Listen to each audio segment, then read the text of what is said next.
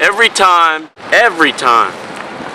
put a camera up, you get people riding through your shot. Every time, I'm in an empty parking lot. Today I'm going to be doing a review of the 2013 Ford Fusion. It's right back there. Now, I can make this video really short. If you're looking for a mid-size sedan, just go buy the damn car. But listen, I've got the vehicle here, I'm here, and more importantly, you're here. So let's go take a look.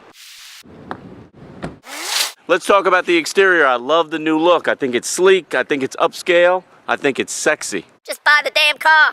I'm really digging the new grille, and I like what they've done with the blue oval logo. They've minimized it, and it's flush with the hood. Gonna have to give it a thumbs up.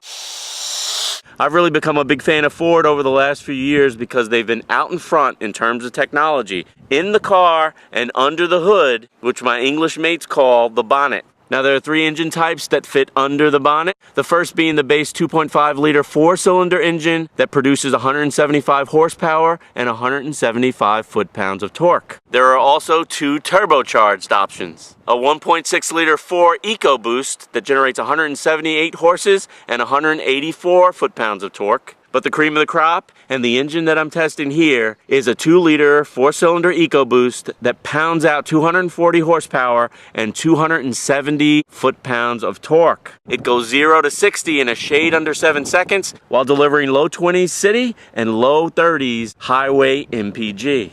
Now, there is no V6 option this year, but you know what? With turbo action, you really don't need it. Just buy the damn car.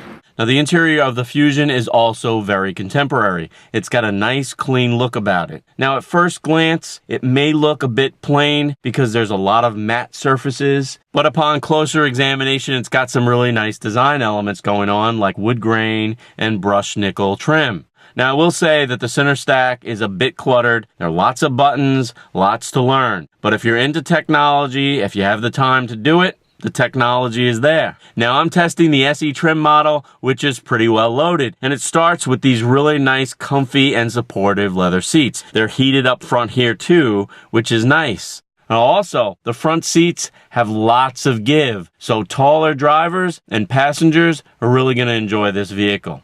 And this back seat is nice and comfy too. Now, I'm an average guy, about 5'9", and there's good leg, shoulder, and headroom back here. Overall, this is a stylish, comfy, and cozy interior. I'm gonna have to give it a thumbs up. And the Fusion has great trunk space, 16 cubic feet to be exact. And the rear seat, it also does the 60-40 fold-down split for extended cargo space.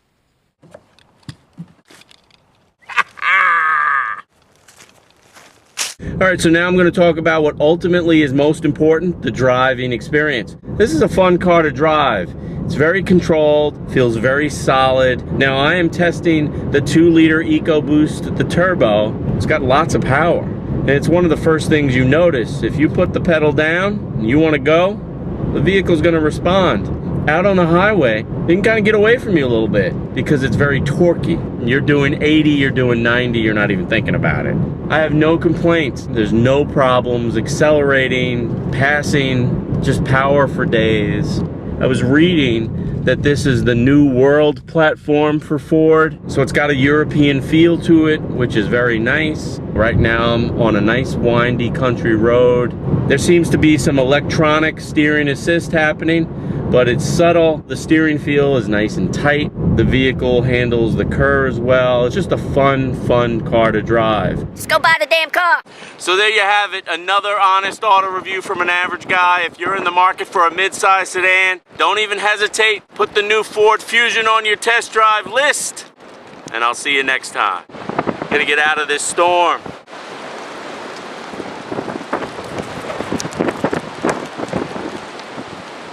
Just buy the damn car.